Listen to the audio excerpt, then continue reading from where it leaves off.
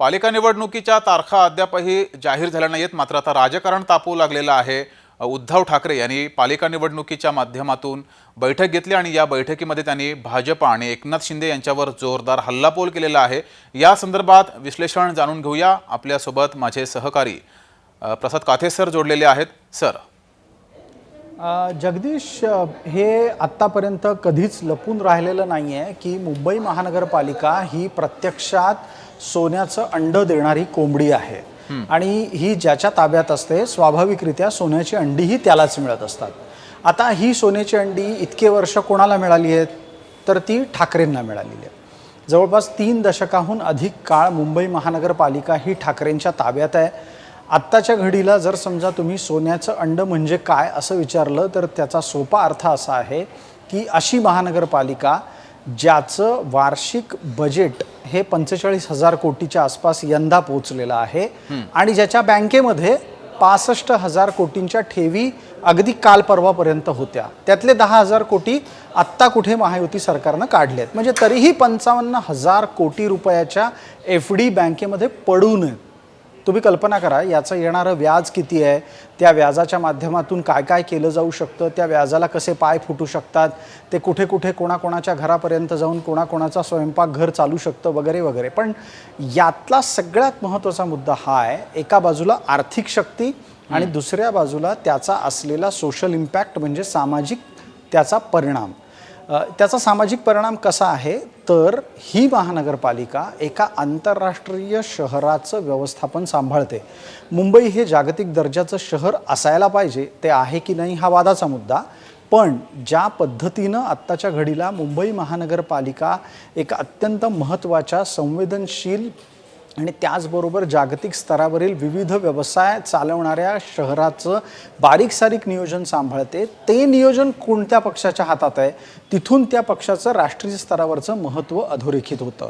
काल परवापर्यंत ही स्थिती दिल्लीची, आधी कलकत्त्याची, आता मुंबईची आहे। मुंबईसारखं शहर जे बंदराचं शहर आहे त्यामुळे स्वाभाविकरित्या त्याचं महत्त्व दिल्लीपेक्षा कायमच जास्त राहिलेलं आहे। इथे हवाई क्षेत्र आहे, इथे वायू म्हणजे पाण्याचं जलक्षेत्र आहे आणि दळणवळणाच्या बाबतीत त्याच्याकडे इतरही सर्व साधन सुविधा उपलब्ध आहेत। या पलीकडे जाऊन ताज्या घडामोडींमध्ये तुम्हालाही लक्षात येत असेल तर मुंबईपासून काही किलोमीटरवर आता एक जगातलं 3ऱ्या क्रमांकाचं बंदर येऊ घातलेलं आहे। तुम्हाला लक्षात येईल की याचा संपूर्ण प्रभाव हा मुंबईसारख्या शहरावर कसा असू शकतो। पण ही झाली सगळी थोडीशी अभ्यासपूर्ण करायची चर्चा। सामान्य माणसांच्यासाठी मुंबई काय आहे तर सामान्य माणसांसाठी मुंबई हे स्वप्नाचं शहर आहे, मुंबई हे शाहरुख खानचं घर आहे, मुंबई हे अमिताभ बच्चनचं घर आहे। एकेकाळी हेमा मालिनीचा म्हणजे वास्तव्य इथे होतं, आता दीपिका पदुकोण पण याच शहरात राहते, किंवा असंख्य असे चेहरे ज्यांना बॉलिवूडमध्ये स्थान आहे, ही सगळी मंडळी या शहरात राहतात। अशा स्वप्नांच्या शहराच्या कडचं आकर्षण आहे। तिथे सुद्धा कोणाचं नियंत्रण आहे त्यावर ठरतं की कोणता पक्ष, कोणता राजकीय पक्ष हा अधिक प्रभावशाली आहे। या सगळ्या गोष्टींसाठी मुंबई प्रत्येकाला आपल्याकडे हवी असते। मुंबईच्या इतिहासातली महत्त्वाची बाब अशी आहे की मुंबई ही मूळची मराठी भाषिक प्रांताशी जोडली गेलेली नव्हती, ती संघर्ष करून मराठी माणसांनी मिळवलेली आहे। 107 लोकांनी आपला जीव दिलेला आहे आणि मग मुंबई महाराष्ट्राला मिळाली आहे। ही महाराष्ट्राला मुंबई मिळणार नाही याच्यासाठी तत्कालीन गुजराती नेते अत्यंत प्रयत्न करत होते। काहीही करून मुंबई इलाका जो त्यावेळेला या मुंबई शहरापासून सुरू व्हायचा, गुजरातपासून दक्षिण आफ्रिकेतल्या एडनपर्यंत पसरलेला होता, त्याच्या आधारावर ही मुंबई गुजरात्यांकडे गेली पाहिजे याचाच जो प्रयत्न मोरारजी देसाईंनी केला तो मराठी माणसांनी हाणून पाडला। मुंबई आपल्याकडे ठेवली, ती मुंबई प्रत्येक राजकीय पक्षाला तिच्या आर्थिक आणि सामाजिक स्थानामुळे स्वतःकडे हवी असते। जी प्रसाद सर, आता महानगरपालिका निवडणुका जाहीर होतील, पुढच्या काही दिवसांमध्ये सुरू होतील। सध्या तुम्ही मुंबईतील महानगरपालिकेच्या निवडणुकीच्या पार्श्वभूमीवर कसं चित्र बघताय मुंबईचं? एक महत्त्वाचा मुद्दा याच्यातला असा आहे की स्थानिक स्वराज्य संस्थांच्या निवडणुका ऑक्टोबरमध्ये होतील, तत्पूर्वी मुंबईची प्रभाग रचना कशी असेल यामध्ये उत्तर आहे की मुंबईचा निकाल काय लागणार आहे। तुम्हाला मी आठवण करून देतो की मुंबईची प्रभाग रचना ही सध्या उद्धव ठाकरेंनी त्यांच्या सरकारमध्ये जशी केली आहे तशी आहे आणि ज्यावर प्रचंड मोठे आक्षेप आहेत. याचं कारण असं आहे की मवियानं आपल्याला सोयीची अशी वॉर्ड रचना मुंबईमध्ये केली होती, ती बदलण्याच्यासाठी आता भारतीय जनता पार्टी सक्रिय आहे.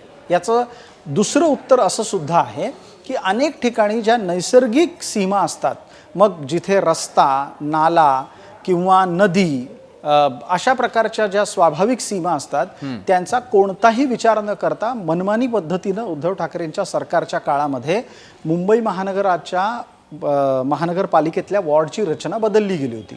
ही वॉर्डची रचना पुन्हा एकदा जशा पद्धतीनं असायला हवी आणि ज्या नैसर्गिक रचनेनुसारही असायला हवी, हे करणं जर भाजपला शक्य झालं तर भाजपची सरशी होऊ शकते.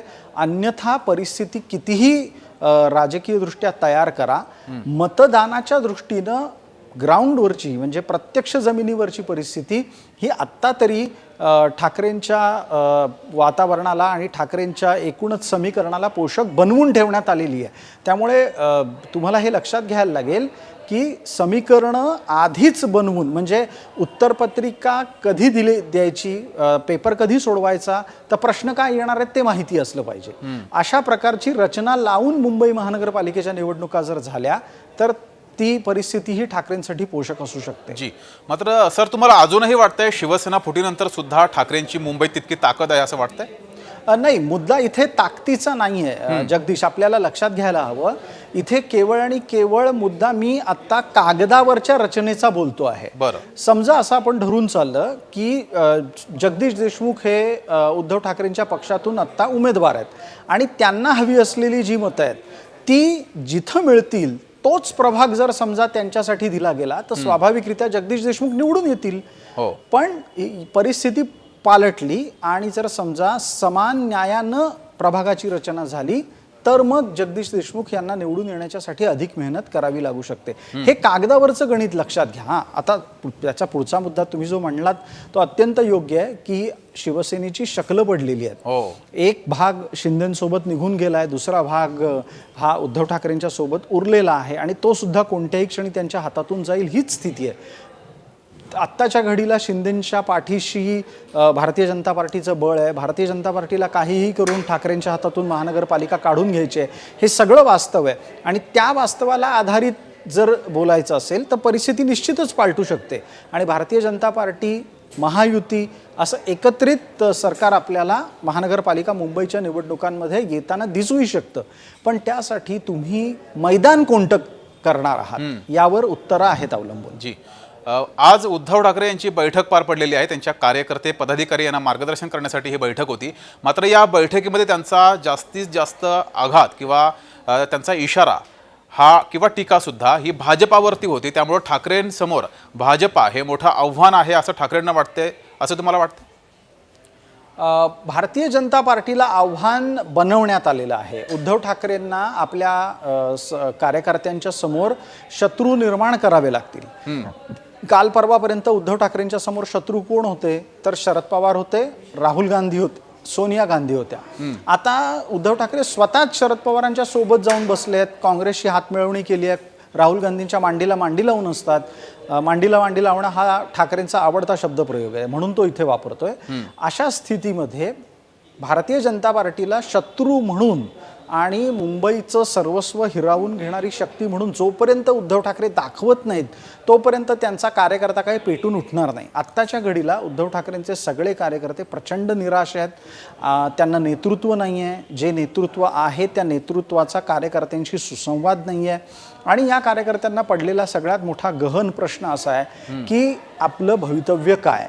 अशा वेळेला कार्यकर्त्यांना जर समजा प्रेरणा द्यायची असेल, जागरूक करायचं असेल तर त्यांना एक सभ्य शब्दामध्ये सांगायचं असेल तर विरोध करण्यासाठी एका शत्रूला जन्माला घालावं लागेल उद्धव ठाकरेंना. आणि आत्ताच्या घडीला मराठी अमराठी असं भांडण निर्माण करून उद्धव ठाकरेंच्यासाठी भारतीय जनता पार्टी हा एक प्रमुख शत्रू म्हणून तयार झालेला आहे. सर, आणखीन एक जरतरचा प्रश्न आहे. उद्धव ठाकरे, राज ठाकरे एकत्र यावेत यासाठी सध्या जोरदार मोहीम सुरू आहे. अनेक ठिकाणी फलकबाजी सुद्धा केली जाते. हे दोघे जर एकत्र आले तर मुंबई महानगरपालिकेवर त्याचा कसा इम्पॅक्ट पडू शकतो निवडणुकीमध्ये?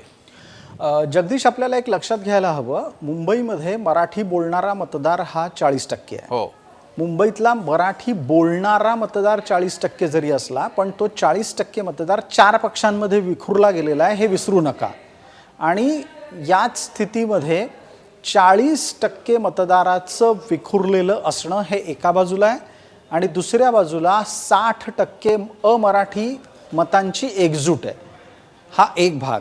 जगदीश, दुसरा मुद्दा याच्यातला लक्षात घ्यायला हवा की मुंबईची डेमोग्राफी म्हणजे मुंबईची एकूण लोकसंख्येची रचना बदलत चाललेली आहे. पूर्वी एकेकाळी मुख्य शहर मुंबई म्हणजे ज्याला इंग्रजीमध्ये आयलंड सिटी म्हणतात ते आणि उपनगर यांच्यामधला सरळ सरळ विभाजनाचा मुद्दा हा मराठी अमराठी होता. आत्ताच्या घडीला मात्र अमराठी भागामध्ये सुद्धा आणि त्याचबरोबर मुंबईच्या क्षेत्रामध्ये सुद्धा आणि मुंबईच्या उपनगरामध्ये सुद्धा अमराठी मतदार मोठ्या प्रमाणात आहे. तो हट्टानी मतदानाला उतरतो. जी प्रसाद सर, तुम्ही असेच जोडले गेले रहा. आपल्यासोबत गणेश खणकर भाजपाचे प्रवक्ते सुद्धा जोडलेले आहेत आणि राजू वाघमारे शिवसेनेचे प्रवक्ते जोडलेले आहेत. आपल्यासोबत प्रसाद काथे सर सुद्धा आहेत. सर, तुम्हीही त्यांना प्रश्न विचारू शकता. बिलकुल. मला पहिला प्रश्न तर पटकन हाच गणेश खणकर यांना विचारायचा आहे की गणेशजी, मुंबई महानगरपालिका जिंकणार आहात का? आणि असाल जर समजा तुम्ही मुंबई महानगरपालिका जिंकणार तर कोणाला हरवून, उद्धव ठाकरेंना, राज ठाकरेंना की उद्धव आणि राज ठाकरेंना?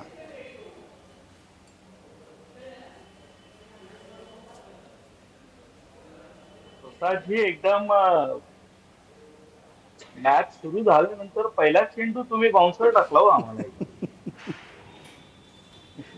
जी, तुम्हाला बाउन्सर खेळायची सवय आहे गणेशजी?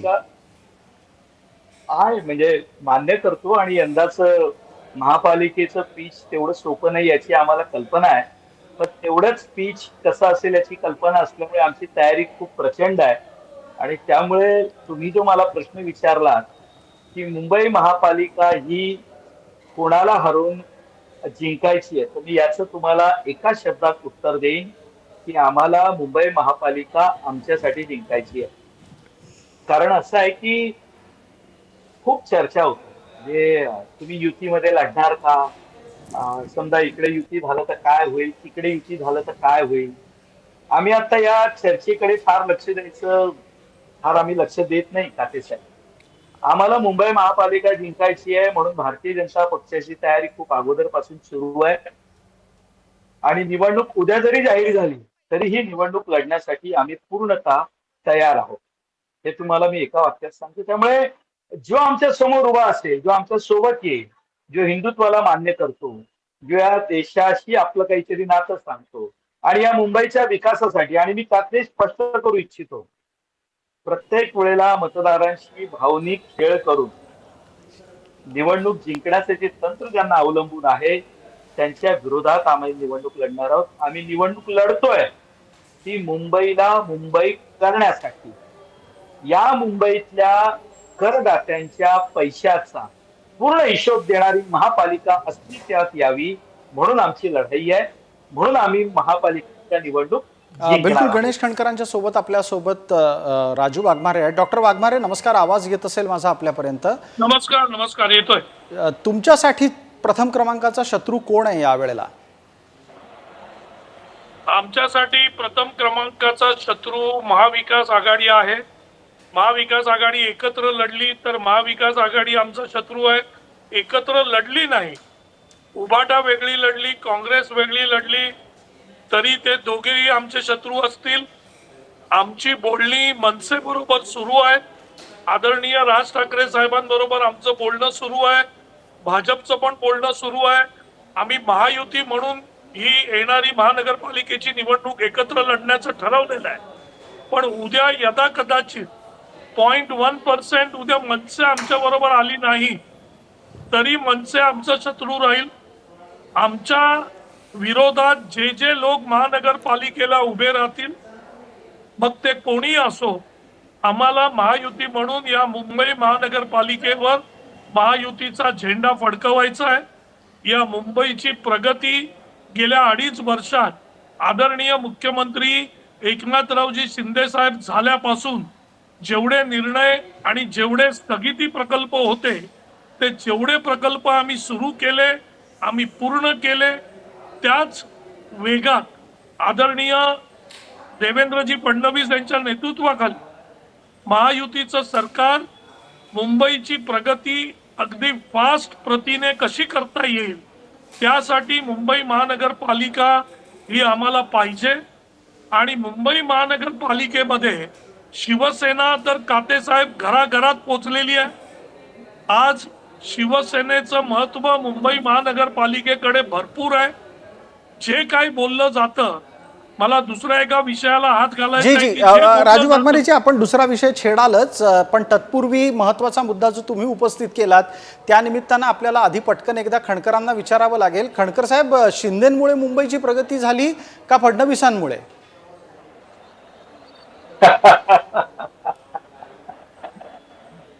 ते साहेब, तुमच्यातला पत्रकार जागा झाला.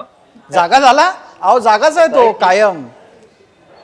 नाही म्हणजे आता चर्चेत एकदम अचानक जागा झाला. वाघमारेंनी जागा केला तो, असं म्हणा, डिवचला गेला तो.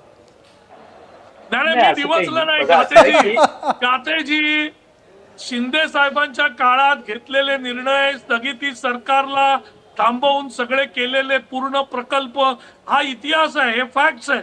मी काय कोणाला डिवचायला बोललो नाही. आम्ही अच्छा. महायुती म्हणून लढतोय. खणकरांना आज पटतंय का पण एवढं हे? पण सांगितलं की देवेंद्रजीच्या नेतृत्वाखाली पण तेवढ्याच प्रगतीने काम सुरू आहे. हीच प्रगती आम्हाला पुढे न्यायची आहे. त्याच्यामुळे आमच्यात काही तुम्ही डिवचून काय होणार नाही. ठीक आहे. महायुती ह्या मुंबई महानगरपालिकेवर महायुतीचा झेंडा नक्कीच येणार आहे. आमच्या विरोधात कोणी येऊ. मला जो दुसरा विषय कातेसाहेब छेडायचा होता जी, तो हा एकदा फक्त खणकरांचं की- उत्तर घेऊयात. एकदा खणकरांचं हा, ठीक आहे. उत्तर घेऊयात. जगदीश देशमुख आहेतच आपल्या सोबत, तेही बोलतील. खणकरजी, उत्तर द्या. शिंदेंनी विकास केला का फडणवीसांनी? असा आहे की हा विकास आम्ही सर्वांनी केला, महायुतीने केला. 14 ते 19 देवेंद्र फडणवीसजी या महाराष्ट्र राज्याचे मुख्यमंत्री होते आणि या काळामध्ये या मुंबई शहरातल्या पायाभूत सुविधांचा आम्ही पाया रचला. तुम्ही बघू शकाल मेट्रोचं जाळं कसं आता विस्तीर्ण झालंय आणि त्याचं मूर्त स्वरूप आलंय. मुंबई शहरामध्ये कोस्टल रोडचा प्रकल्प आज प्रत्यक्षात कसा जमिनीवरती उतरलाय, याची सुरुवात कोणाच्या काळात झाली, याच्या परवानग्या अडकल्या होत्या. दिल्लीला जाऊन फडणवीस साहेब हे कसं सर्व प्रश्न मिटवून घेऊन आले, त्याचं काम सुरू झालं आणि प्रत्यक्ष आज आपण त्याचा उपयोग सुरू केलेला आहे. मुंबई शहराचा विकास करत असताना मधल्या 2.5 वर्षाच्या काळात विरोधी महाविकास आघाडीचं सरकार होतं. त्यानंतर पुन्हा एकदा महायुतीचं सरकार आलं. शिंदे साहेब मुख्यमंत्री झाले, फडणवीस साहेब उपमुख्यमंत्री झाले आणि त्यामुळे महायुती म्हणून आमची काही या मुंबईसाठी कमिटमेंट आहेत ते आम्ही करत आहोत ना. त्यामुळे शिंदे साहेबांनी केलं काय, फडणवीस साहेबांनी केलं काय, तर हा युती म्हणून आम्ही विकास करतोय. आणि मी अगोदर तुम्हाला म्हणालो की 14 ते 19 या 5 वर्षाच्या काळामध्ये फडणवीस साहेबांनी जो पाया रचला होता त्याची फळं आज तुम्ही बघताय. मुंबई शहरामधल्या रस्त्यांच्या विकासाचा असो, म्हणजे आता कोस्टल रोडचा विषय आपण सिलिंग पर्यंत आणला, सिलिंग करून आता थेट पालघर पर्यंत आपण सिलिंगचा विषय घेऊन चाललोय. त्यामुळे या मुंबई शहरातला वाहतुकीचा जो मुळात प्रश्न आहे की ज्यामुळे हा मुंबईकर खूप मोठ्या अपेक्षेनं महायुतीकडे पाहतोय, त्याचं त्यावेळेला आम्ही पाया रचला मधल्या काळामध्ये. म्हणजे ज्याला आपण म्हणू शकतो की म्हणजे याला रडत शब्द बरं नाही, म्हणजे त्यांनी केवळ स्टे द्यायचं काम केलं. आणि जसं काही सरकार बदललं तसं शिंदे साहेब मुख्यमंत्री झाले आणि त्या सगळ्या योजना ज्या 14 ते 19 मध्ये सुरू होऊन थांबवण्यात आल्या होत्या त्या आम्ही सुरू केल्या. त्यामुळे यश हे युतीचं आहे आणि दोघांचंही आहे, हे आपण लक्षात घेतलं पाहिजे. जी, राजू वाघमारेजी, मात्र आजच आम्ही एक बातमी चालवलेली आहे नाशिकमधून की नाशिकमध्ये भाजपाचे पदाधिकारी हे एकला चिलोडचा नारा देत आहेत. एकट्यानेच नाशिकची महानगरपालिका निवडणूक लढवायची आहे. अशा सर्व पार्श्वभूमीवर मुंबई महानगरपालिका महायुती म्हणून लढणार की एकटे लढणार, हे चित्रही अजून स्पष्ट झालं नाहीये. नाही, मला वाटतं हे चित्र स्पष्ट झालेलं आहे. मुख्यमंत्री आदरणीय देवेंद्र फडणवीसांनी स्पष्ट केलेलं आहे की मुंबई महानगरपालिकेची निवडणूक महायुती म्हणून आम्ही लढणार आहोत. आमचे सर्वोच्च नेते आदरणीय एकनाथरावजी शिंदे साहेबांनी स्पष्टपणे जाहीर केलेलं आहे की मुंबई महानगरपालिकेची निवडणूक महायुतीच्या खाली आम्ही लढणार आहोत. अजितदादांनी पण तेच सांगितलेलं आहे. त्याच्यामुळे संभ्रम असा काही नाहीये. मुंबई महानगरपालिका महायुती म्हणून आम्ही एकत्र लढतोय हे अगदी 100% आमचं ठरलेलं आहे. पण मुंबई महानगरपालिका सोडल्यानंतर बाकीच्या ज्या महानगरपालिका आहेत त्या संदर्भातली निर्णय महायुतीचे 3 वरिष्ठ नेते आपसात बसून स्थानिक पदाधिकाऱ्यांना विश्वासात घेऊन ते जो आदेश देतील त्याच्याप्रमाणे महायुती आणि महायुतीचे कार्यकर्ते महाराष्ट्रामध्ये आम्ही काम करू. त्याच्यामुळे मुंबईसाठी कुठचा संभ्रम नाही आहे. जी भाजपची काय भूमिका आहे गणेशजी? नाही, मी मगाशीच म्हणालो आम्ही युती म्हणून निवडणूक लढणार आहोत. महायुती म्हणून आम्ही सर्व एकत्र आहोत आणि महायुती म्हणूनच आम्ही निवडणुकीला सामोरे जाणार आहोत. बरं, प्रसाद सर. जी धन्यवाद जगदीश. मला एक पटकन प्रश्न आता विचारायचा आहे तो खणकरांना की गणेशजी, जो आरोप तुमच्यावर होतो त्याची उत्तरं तुम्ही मराठी माणसांना कशी देणार आहात? जो आरोप कुठला होतो तर तुम्हाला पैशासाठी मुंबई महानगरपालिका हवी आहे, भारतीय जनता पार्टीला मुंबई लुटायची आहे, उद्धव ठाकरेंचं हे आवडतं वाक्य आहे. बघा, असं आहे की उद्धव ठाकरेंच्या वाक्यानं किती गंभीरपणे घ्यायचं प्रसादजी हे सांगायची आता आवश्यकता नाहीये. नाही नाही, असं कसं? मुळात उद्धव असं ठाकरे आहे की 30 वर्ष झाले महानगरपालिका सांभाळत आहेत, त्यांना गांभीर्यानं तर घ्यायला लागेल ना. अहो, म्हणूनच मी म्हटलं की 30 वर्ष ज्यांच्याकडे या मुंबई महानगरपालिकेची सत्ता होती त्यांनी दुसऱ्याला हा प्रश्न विचारत असताना त्यांनी स्वतःच्या अंतर्मनात थोडंसं झाकून पाहिलं पाहिजे की 30 वर्ष आपल्याकडे मुंबई महानगरपालिका आल्यानंतर आणि ज्या मराठी माणसाला प्रत्येक निवडणुकीमध्ये आपण हे सांगत असतो की मुंबई वेगळी तोडण्याची भाषा निवडणूक आली की सुरू होते. माझा सरळ सरळ प्रश्न या बाबतीमध्ये, तुम्ही ज्या वेळेला आमच्यावर आरोप करता त्यावेळेला तुमच्या समोर प्रसादजी भारतीय जनता पक्षाची भूमिका मांडणारा गणेश खणकर हा मराठी माणूस आहे. मुंबई भारतीय जनता पक्षाचे अध्यक्ष आशिष शेलार हे देखील मराठीच आहेत. मुंबईमध्ये शिवसेनेचे उबाठाचे जेवढे आमदार निवडून आलेले आहेत त्यापेक्षा कितीतरी मराठी आमदार आज भारतीय जनता पार्टीचे मराठी आहे. नाही खणकरजी, तुम्ही मुद्द्याला खणकरजी तुम्ही मुद्द्याला बगल दिली. मराठी अमराठी मुद्द्यापर्यंत पोहोचू. मूळ मुद्दा काय आहे? तुम्हाला मुंबई लुटायची आहे, तुम्हाला मुंबईची तिजोरी हवी आहे, मुंबईचा पैसा हवा आहे, महानगरपालिकेवर कब्जा याच्यासाठी हवा आहे, हे आरोप तुमच्यावर होतात. भाजपकडे उत्तर आहे का त्याचं? हा कशासाठी? मी काय म्हणतोय, कशासाठी पैसा हवा आहे, काय गरज आहे? भारतीय जनता पार्टी या जगामध्ये आज सगळ्यात मोठा पक्ष आहे. या देशामध्ये अनेक राज्यांमध्ये आमची सरकार आहे आणि जिथे जिथे सरकार आहे तिथे काय पद्धतीचा विकास चाललाय हे उद्धव ठाकरेंना आम्ही तिकीट काढून देतो, त्यांनी जाऊन बघावं. हे आम्हाला मुंबईमध्ये करायचं. ही मुंबई बकाल झाली आहे, बकाल. या मुंबईमध्ये गेल्या 30 वर्षात वाढत असलेली झोपडपट्टी याचा हिशोब उद्धव ठाकरे देणार आहेत का? या मुंबई शहरामध्ये गेल्या 30 वर्षांमध्ये जी वाहतुकीची कोंडी होते याचा उद्धव ठाकरे हिशोब देणार आहेत का?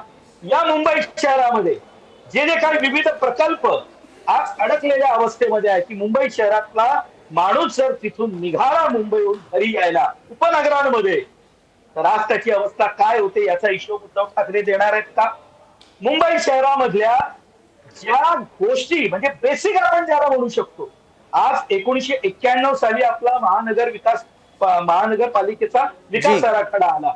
त्याच्यानंतर आज आपण 2034 साली पर्यंतचा विकास आराखडा करत असताना तो 1991चा विकास आराखडा प्रत्यक्षात आपण किती जमिनीवर उतरवला?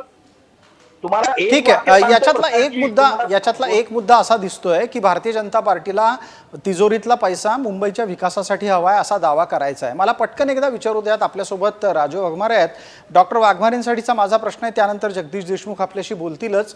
डॉक्टर वाघमारे, याचा खुलासा करा की शिंदे गट किंवा आता जी शिवसेना मुंबईमध्ये मैदानात उतरते तिला मराठी माणसाचं समर्थन आहे का तुम्ही भाजपच्या भरोशावर मुंबईमध्ये आहात? सगळ्यात पहिली गोष्ट कातेजी, मी ह्या उत्तरानंतर माझी एक मीटिंग चालू असताना मी शाखेत आहे आणि मीटिंग चालू असताना मी आपल्याला जॉईन झालो, तर मला क्षमा करा. या उत्तरानंतर मला मीटिंग सुरू करायला. जी तुमच्या प्रश्नाचं उत्तर मी अगदी क्लिअर देतो की भाजपची आम्हाला अजिबात भाजपच्या भरोशावर आदरणीय एकनाथरावजी शिंदे साहेबांनी शिवसेना हा पक्ष काढलेला नाही. तुम्ही विधानसभेमध्ये आज 80 आमदार आहेत आमचे. आम्ही 100 सीट लढवल्या, 80 सीट आम्ही जिंकून आणल्या. म्हणजे या महाराष्ट्रातल्या मेजॉरिटी मराठी माणसांनी शिवसेना म्हणून हिंदू हृदय सम्राट बाळासाहेब ठाकरेंचा वारसा जे लोक चालवतात त्या लोकांमध्ये सगळ्यात उत्कृष्ट आणि सर्वोच्च नेता म्हणून आदरणीय एकनाथरावजी शिंदे साहेबांना मान्यता दिली आणि त्यांच्याच नेतृत्वाखाली आम्हाला एवढं यश मिळालं. त्याच्यामुळे हे यश हे मुंबईत म्हणजे पूर्ण महाराष्ट्रात मिळालं. राहिला प्रश्न मुंबईचा, तर मुंबईला पण आमचे आमदार निवडून आले. दुसरी गोष्ट अशी की मुंबईमध्ये ही शिवसेना घराघरात गेलेली आहे. त्याच्यामुळे भाजपचा आम्हाला घेण्याचा सवाल नाही. आज 85 पेक्षा जास्त नगरसेवक जे उभाटाचे होते, आमच्या पूर्वीच्या या उभाटाचे आहेत आणि जे पूर्वीच्या शिवसेनेचे होते, ते आज आदरणीय एकनाथरावजी शिंदे साहेबांवर विश्वास ठेवून की या मुंबईचं भलं फक्त शिवसेना करू शकते, फक्त शिंदे साहेब करू शकतात, या एकाच आशेने आणि या आत्मविश्वासाने 90 पेक्षा जास्त नगरसेवक आज आमच्या पक्षामध्ये आले. आज ते आमच्या पक्षामध्ये येऊन त्यांना ही निवडणूक लढायची आहे, ही निवडणूक जिंकायची आहे. त्याच्यामुळे शिवसेना अगदी पूर्णपणे मजबूत आहे. आम्हाला ना कोणाचा भरोसा पाहिजे ना आम्हाला कोणाचा आधार पाहिजे. महायुतीमधले आमचे मित्र पक्ष म्हणून आम्ही त्यांच्या बरोबर त्यांच्या छत्रछायेखाली एकत्र महायुती म्हणून आम्ही लढतोय. पण शिवसेना पक्ष म्हणून या मुंबईच्या गल्ली बोळात पसरवण्याचं काम आमचं आजही सुरू आहे. मी तुमच्या बरोबर बोलतोय. आमच्या शाखा क्रमांक 201 मध्ये आमची महानगरपालिकेची मीटिंग सुरू आहे. आमचे नगरसेवक आहेत, सगळे लोक आहेत. हे याच्यासाठी आहे की महानगरपालिका कोणत्याही परिस्थितीमध्ये महायुतीचा झेंडा आम्हाला फडकवायचा आहे. मगाचा एकच मुद्द्याला मी स्पर्श करतो की गेले काही दिवस काही वृत्तपत्रांमध्ये आणि मीडियामध्ये असं येत आहे की ठाकरे बंधू एकत्र आले तर 54% मतदान हे त्यांना होऊ शकतं. अहो 54% आकडा आला कुठून? मुंबईचं मतदान होतं 60 ते 65%. 54% जर यांना गेला तर बाकीचे पक्ष आजपर्यंत काय करत होते? आणि मुंबईतल्या जनतेने हे ओळखून घेतलेलं आहे की आज उभाटाचं काम गेल्या 25 वर्षात किती कशा पद्धतीने शून्य पद्धतीने मुंबईकडे लक्ष देण्यात आलं, मुंबईकडे अन्याय करण्यात आला. मुंबईच्या सगळ्या पावसाळ्यातली सगळी मागची तुम्हाला फोटोग्राफी करायची गरज नाही. मागच्या वर्षीचा फोटो काढायचा, तो टीव्हीवर दाखवायचा, सेम फोटो आहे. हेच काम उभाटानी केलं आणि त्याच्यामुळे या मुंबईला जर पुढे घेऊन जायचंय तर हे शिंदे साहेब घेऊ शकतात.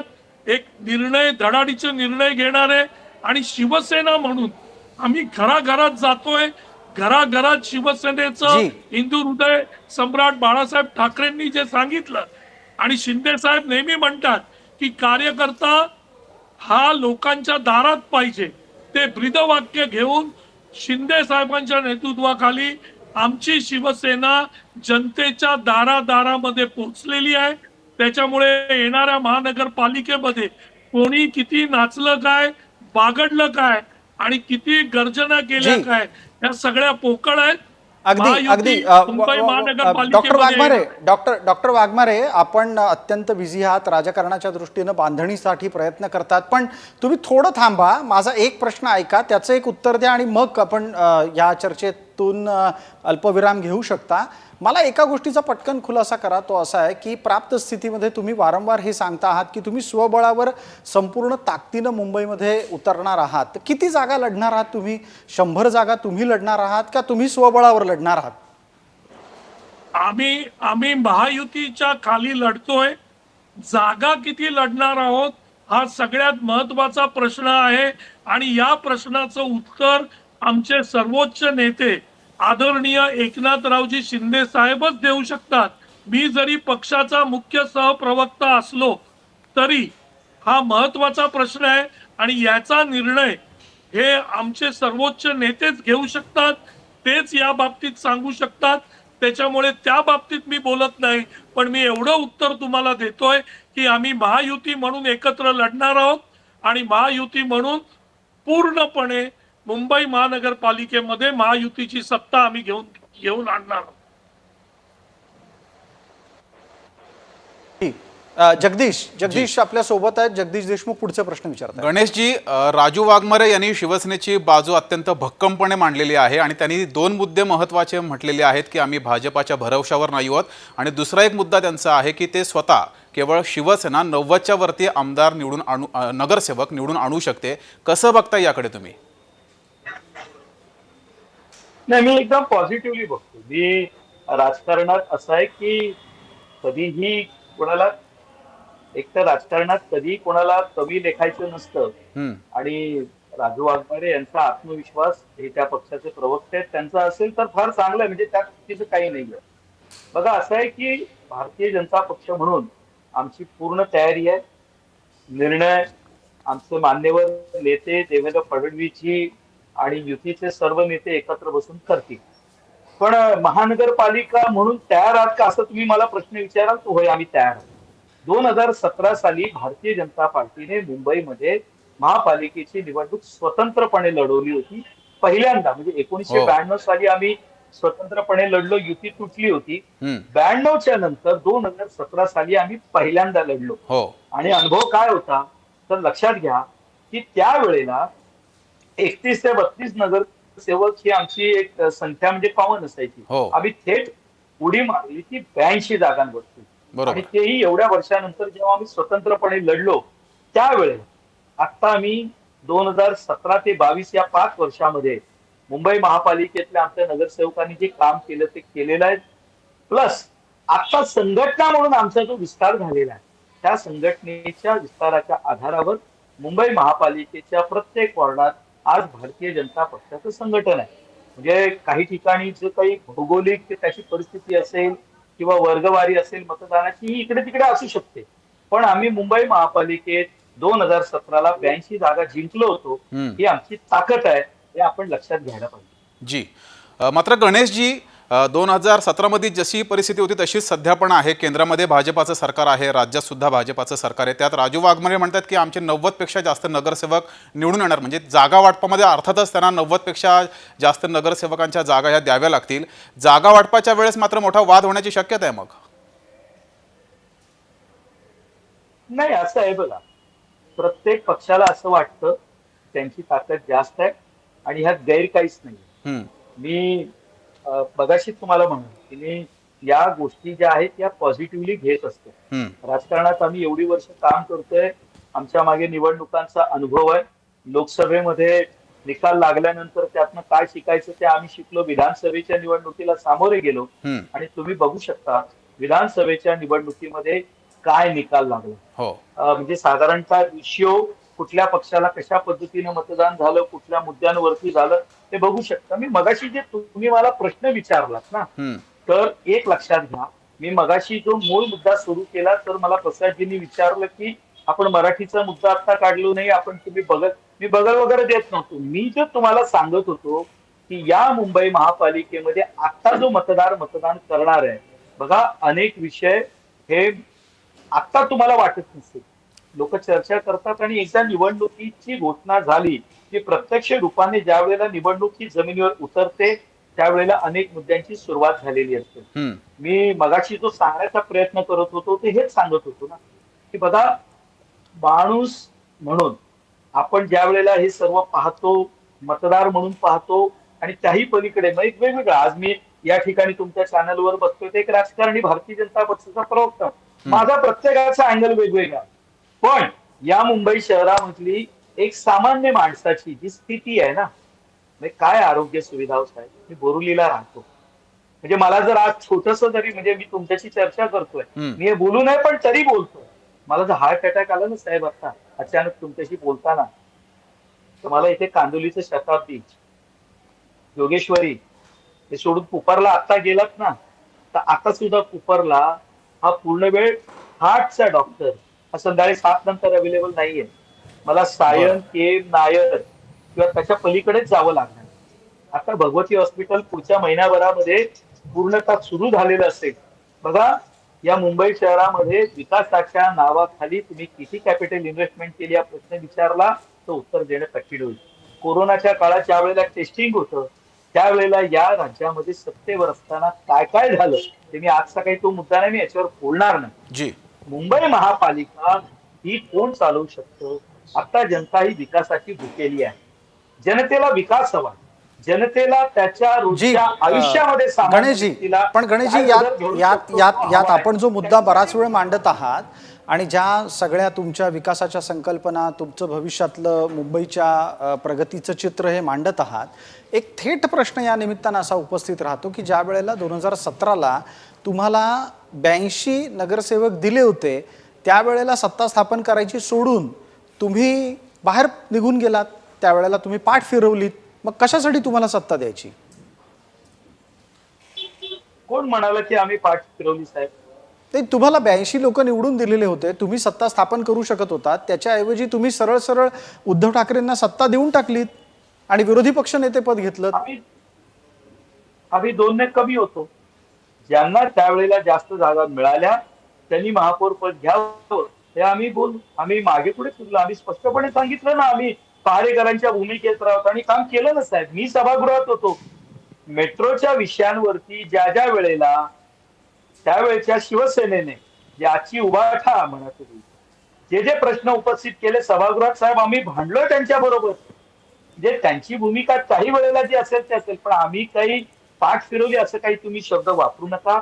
त्यांचे 2 नगरसेवक जास्त होते सभागृहात, ते आमच्यापेक्षा त्यांची सत्ता स्थापनेसाठी त्यांना जास्त संख्याबळ मिळालं या एका आधारावरच दिला आम्ही. पण मग तुम्ही जर पहारेकरी होतात खणकर साहेब, तर मग पहारेकरांच्या पहारेदारीमध्येच मुंबई गेल्या 2.5-3 वर्षामध्ये अशा पद्धतीनं आव्हानात्मक स्थितीत पोहोचली हे मान्य कराल? म्हणजे तुम्ही आव्हानात्मक स्थिती कुठल्या स्वरूपात म्हणता? 2017 ते 2022 मध्ये मुंबईची स्थिती बकाल होती हा तुमचा प्रचार आहे. त्यावेळेला तुम्ही पहारेकरी होतात, पहारेकरी म्हणून काय केलं? बघा असं आहे प्रसादजी, मग तुम्ही महापालिकेतल्या कामकाजातले रेकॉर्ड तपासून पहा. शताब्दी हॉस्पिटलमध्ये ज्या वेळेला एका रुग्णाला उंदीराने चावा घेतला साहेब, सभागृहामध्ये आम्ही रणकंदन वाजवलं. सभागृहामध्ये कधी नव्हे तो उंदीर पकडून आम्ही घेऊन गेलो होतो.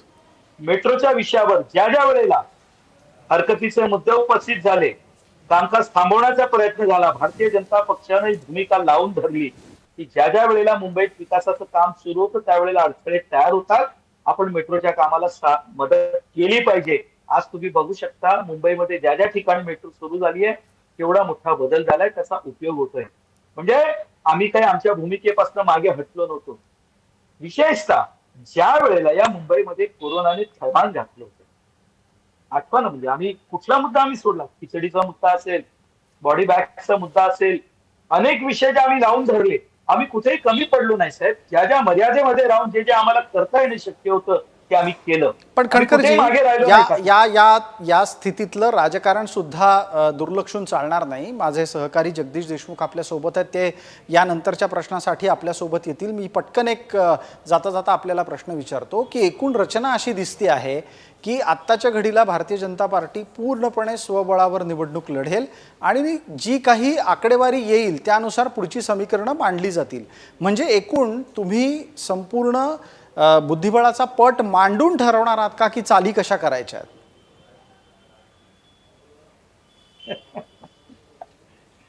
प्रसादजी, राजकारणामध्ये एवढं तर खरं आहे की तुम्ही ज्याचा बुद्धिबळाचा पट म्हणून उल्लेख केला, तो बुद्धिबळाच्या पटावरती जसा राजा वजीर हे सगळे महत्वाचे असतात, तसं त्यामध्ये बुद्धिबळाच्या पटावरती एक घोडासुद्धा असतो. आणि घोडा ज्या वेळेला चालतो त्यावेळेला तो एक कदम मागे येतो, पण तो झेप घेताना 2.5 पावलांची झेप घेत असतो.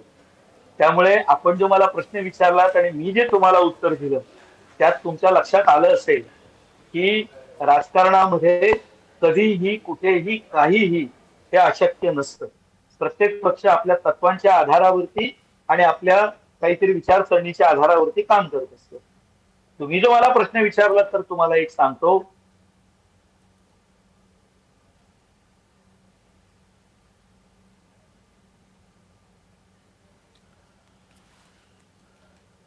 तर गणेशजी यांच्यापर्यंत यांचा आवाज आपल्यापर्यंत पोहोचत नाही आहे. आपण पुन्हा त्यांच्याकडे जाऊ. मात्र मुंबई महानगरपालिका निवडणूक आता काही दिवसांवर येऊन ठेपलेली आहे. ऑक्टोबरमध्ये ही निवडणूक होईल असा अंदाज आहे आणि त्या सर्व पार्श्वभूमीवर मात्र आता राजकारण तापू लागलेलं आहे. उद्धव ठाकरे यांनी कार्यकर्त्यांची बैठक घेतली आणि या बैठकीत जोरदार हल्लाबोल केलेला आहे. त्यांनी भाजपावर आणि एकनाथ शिंदे यांच्यावर सुद्धा जोरदार हल्लाबोल केलेला आहे. त्यानंतर आपण ही चर्चा पाहिली. या चर्चेत सुद्धा भाजपाकडून आणि एकनाथ शिंदे यांच्या पक्षाकडून जोरदार प्रतिक्रिया आलेल्या आहेत. उद्धव ठाकरे यांच्यावर सुद्धा प्रतिहल्ला करण्यात आलेला आहे. त्यामुळे आता पुढचे काही दिवस जोरदार राजकारण रंगणार हे नक्की आहे. तर या आपल्या चर्चासत्रामध्ये शिवसेनेचे प्रवक्ते राजू वाघमारेजी सोबतच भाजपाचे प्रवक्ते गणेश कणखरजी हे जोडलेले होते आणि प्रसाद सर सुद्धा होते. तिघांचेही धन्यवाद. आणि या विशेष चर्चासत्रामध्ये वेळ झाली इथेच थांबण्याची. बघत राहा जय महाराष्ट्र.